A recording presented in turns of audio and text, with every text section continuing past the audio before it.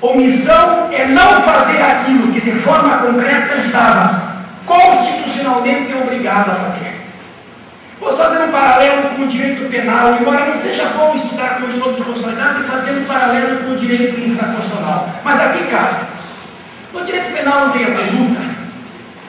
A conduta delitiva não pode ocorrer com a ação e com a omissão.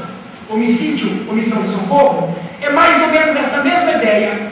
É a conduta que pode violar a Constituição. Seja uma conduta positiva, inconstitucionalidade por ação. Seja uma conduta negativa, inconstitucionalidade por omissão. Claro que sabemos discutir, mas como é que está a inconstitucionalidade por omissão no Brasil? Bom, está do jeito que o Supremo deixou.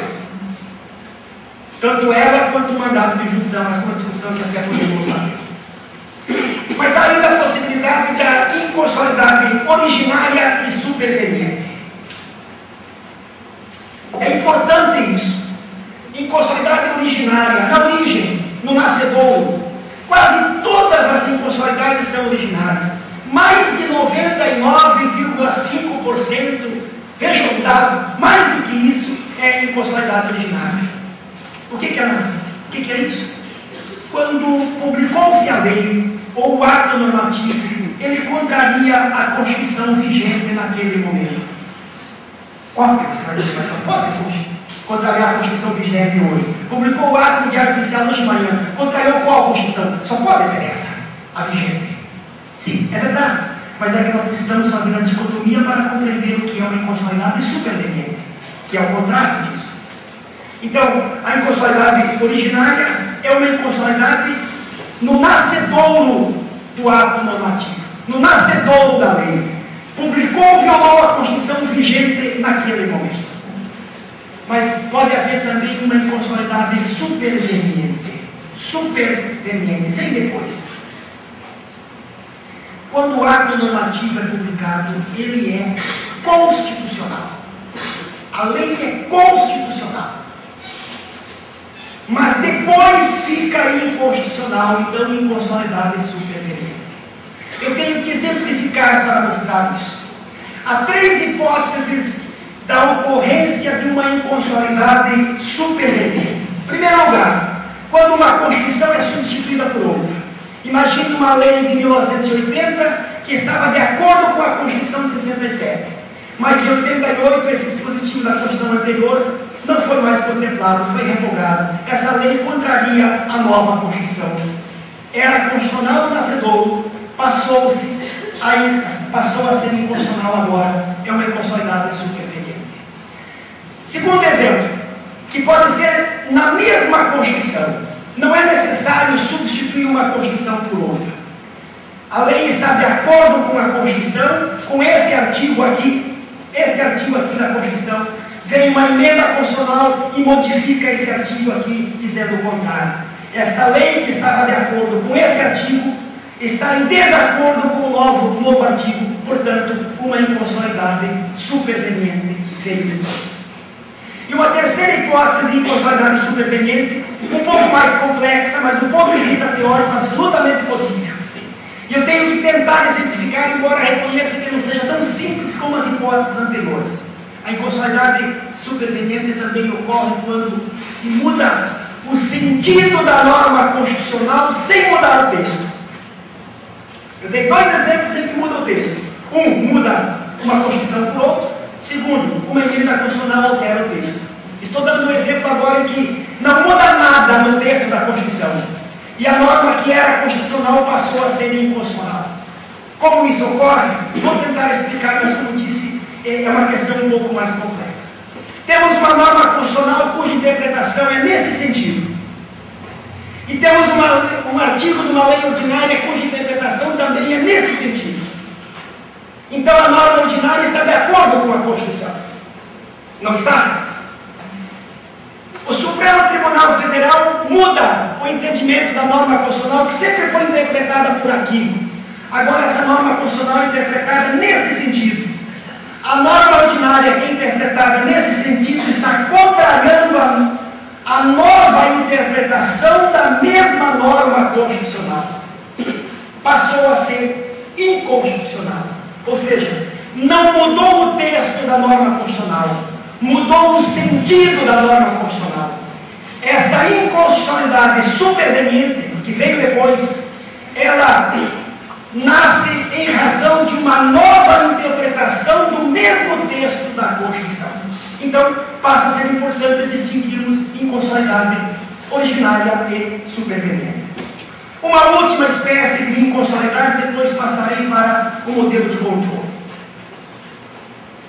É possível falar em inconstitucionalidade antecedente e inconstitucionalidade consequente. A inconstitucionalidade antecedente é quase todos aqueles tipos de inconstitucionalidades que ocorrem. A norma contrariou a Constituição. Diretamente, vou mudar a expressão, imediatamente ofende a Constituição. É uma inconstitucionalidade antecedente. Mas pode haver uma inconstitucionalidade consequente ou derivada. Então eu preciso de exemplo para mostrar. Imaginamos assim, este artigo aqui, da lei ordinária, está pretensamente de acordo com a Constituição. E depois vem um decreto regulamentando esta lei. O decreto regulamentar do Presidente da República não tem por finalidade de regulamentar a lei. Ele só faz isso. Ele regulamenta esta lei. Posteriormente, declara-se a inconstitucionalidade desta lei, deste artigo. Consequentemente, por derivação, a norma do decreto também é inconstitucional. Não houve uma declaração de inconstitucionalidade da norma do decreto. Houve uma declaração de inconstitucionalidade da lei que o decreto regulamentava. Ora, se o decreto regulamentava algo que é inconstitucional, ele também, por derivação ou consequentemente, é inconstitucional. Vou dar um outro exemplo. Não sei se todos vocês se lembram da lei delegada, que é algo que não se utiliza mais no Brasil, até porque o Presidente da República não precisa mais da lei delegada. Ele tem a medida provisória. Mas a lei delegada, só lembrando em síntese, é assim: o Congresso Nacional transfere poderes ao Presidente da República, ou seja, delega ao Presidente da República poderes para ele fazer uma lei. E o Presidente pode fazer a lei sobre essa matéria e publicar, e a lei entrou em vigor. Imagine que, ao fazer a delegação ao Presidente da República, este ato, que é uma resolução, este ato normativo do Congresso Nacional violou a Constituição. Então, a lei de autorização da lei delegada violou a Constituição. O Presidente faz a lei delegada e publica. Declara-se inconstitucional o ato do Congresso Nacional que delegou poderes ao Presidente da República. Consequentemente, por derivação, será inconstitucional também a lei delegada que foi feita com base nessa autorização, que é inconstitucional. Então vejam que nós estamos assim examinando um campo do direito que é eminentemente técnico. Eminentemente técnico. As várias espécies, os vários tipos de inconstitucionalidade. Bom, passo então para a terceira parte da minha exposição. Vou falar sobre as formas de manifestação do controle. Como que se declara a inconstitucionalidade? Que tipo de sistema nós temos? E nós vamos identificar que temos vários sistemas conjugados, criando o nosso próprio sistema de controle de inconstitucionalidade. Então vamos verificar agora como que se declara a inconstitucionalidade. Um constitucionalista de São Paulo, Eliel da Silva Ramos, tem um livro do começo da década de 90, sugestivamente intitulado assim: Inconstitucionalidade, dois pontos, vício e sanção. O vício é o que nós vimos: inconstitucionalidade total, parcial, formal, material, superveniente, originária. Esse é o vício. A sanção é o que? É o que vem agora. É a declaração de inconstitucionalidade. Se a lei tem um vício, ela precisa ser fulminada, ela precisa ser anulada. Vem então uma espécie de sanção anulando a lei que contraria a Constituição. E é esta, digamos assim, essa parte relativa à sanção, à declaração de inconstitucionalidade que eu passo a expor a vocês agora. Bom, em que momento pode se fazer o controle de inconstitucionalidade? Há basicamente dois momentos. A doutrina divide isso: momento preventivo e sucessivo. Bom, a terminologia já está mostrando o caminho. preventivo, prévio, a priori, antes do quê? Antes da conclusão do ato normativo. Antes, por exemplo, da conclusão da lei. E o controle sucessivo? O controle sucessivo é repressivo, a posteriori, depois que a lei foi concluída. Nós precisamos fazer duas coisas aqui. Uma, ver como que se faz o controle preventivo,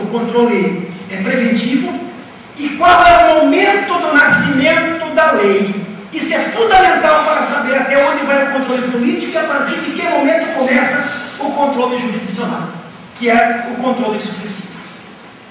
Então vamos ver, estamos aqui examinando quanto ao momento do controle. Momento preventivo, prévio. Ele é feito antes da conclusão da lei. Antes da conclusão da lei. Então precisamos definir quando se conclui a lei. Em que momento nasce a lei? Embora os livros de introdução ao direito ainda continuem a dizer, muitos deles, que a lei se conclui com a promulgação, no direito constitucional isso está absolutamente resolvido. A lei se conclui com a sanção presidencial. Não é com a promulgação. Então, porque essa é uma ideia elementar da tripartição de poderes. Legislativo e executivo fazem a lei e o judiciário, se necessário, aplicará contenciosamente ao caso concreto. Vamos ver a missão elementar da tripartição de poderes, que começou com Aristóteles há 350 a.C., passou por John Locke no século XVII, passou pelos federalistas norte-americanos no século XVIII e teve um momento mais elevado em Montesquieu. O Montesquieu foi, permita-me a expressão, foi o cara que disse o que tinha que dizer na hora que precisava ser dito. Por isso ele é reverenciado como o criador da tripartição de poderes. Ele não criou a tripartição de poderes, ele apenas sistematizou o que já existia. Mas ele foi o que melhor fez no momento mais adequado. A ideia elementar da tripartição é o quê? Os chamados poderes políticos, embora todos sejam, judiciário também, sobretudo com as novas funções do poder judiciário, mas vamos ficar, eu quero desenvolver a ideia tradicional. Os poderes políticos, ou seja, legislativo e executivo, fazem a lei, e o judiciário, se necessário, aplica para solucionar o litígio da vida cotidiana. Então tem várias fases do processo legislativo, 3 no legislativo e 3 no executivo. No legislativo, iniciativa, discussão e aprovação. No executivo, sanção, promulgação e publicação. Quando o legislativo votou e aprovou, ele disse que quer a lei. Está manifestada a vontade do legislativo. Tem que ir para o executivo, porque os dois poderes fazem a lei. Há uma convergência de vontade dos dois poderes. E o executivo vai dizer que quer a lei em que momento? E agora todos nós sabemos quando nasce a lei. O executivo pode vetar dizendo que não concorda, ou sancionar dizendo que concorda. Na terminologia da Constituição ele vai aquecer. Aquecer, concordar, dizer sim. Ora, é no momento em que o executivo disse sim, que houve a convergência de vontade entre os dois poderes, é aqui que nasceu a lei. Então o controle prévio, agora podemos resolver, o controle preventivo vai até aqui. Depois disso é controle sucessivo. Quanto à natureza do órgão que faz o controle, quem pode fazer o controle? Isso está muito ligado com o que acabei de falar. Quanto à natureza, o controle pode ser político ou jurisdicional. O controle político é feito por órgãos não jurisdicionais, legislativo e executivo. Em que momento o legislativo pode fazer um controle político, que será um controle prévio, porque é antes da conclusão da lei? A doutrina fala em 2 momentos. Eu acrescento um terceiro. A doutrina diz assim: o parlamento faz o controle político da constitucionalidade das leis, primeiro momento, quando a Comissão de Constituição e Justiça emite um parecer. Todo projeto, quando tramita, tem que ter um parecer da comissão específica, que é a Comissão de Justiça, para dizer se o projeto é constitucional ou não. Nesse momento, a Comissão de Constituição e Justiça faz um controle de constitucionalidade. Há um segundo momento em que a doutrina aponta que o controle é feito por órgão político. No momento em que o presidente vai sancionar ou vetar. É o artigo 66, parágrafo 1º. O presidente pode vetar um projeto de lei porque é contrário ao interesse público ou porque contraria a Constituição. É o veto jurídico e o veto político. Aqui, especificamente, se o projeto de lei contrariar a Constituição, é um veto político. É um controle político de constitucionalidade das leis. Então, para resumir aqui, dois momentos. No Parlamento, o parecer, e no Executivo, o veto, ao invés da sanção. Mas, do ponto de vista teórico, embora a doutrina em regra não fale, é possível um outro momento em que se faça um controle político da lei. É quando o plenário vai apreciar, quando ele vai votar o projeto de lei. Alguém dirá assim, isso é um absurdo. Tem parlamentar lá que não sabe nem o que é uma Constituição, é possível que tenha. Mas do ponto de vista teórico, a meu ver, é absolutamente possível, no plenário da Câmara ou do Senado, os parlamentares dizem assim, voto contra o projeto de lei porque ele contraria a Constituição. Isso não é controle de constitucionalidade? É controle de constitucionalidade. É um controle político. Então, fechando aqui, quanto ao agente que faz o controle, pode ser feito pela Comissão de Constituição e Justiça, pelo plenário e pelo chefe do Poder Executivo. Mas o controle também pode ser jurisdicional. E aí ele é feito depois que a lei se conclui, feito pelos juízes e pelos tribunais. Então, toda a parte restante que nós vamos ver aqui, e o caminho, digamos assim, para a conclusão da terceira parte, tudo que nós vamos ver aqui diz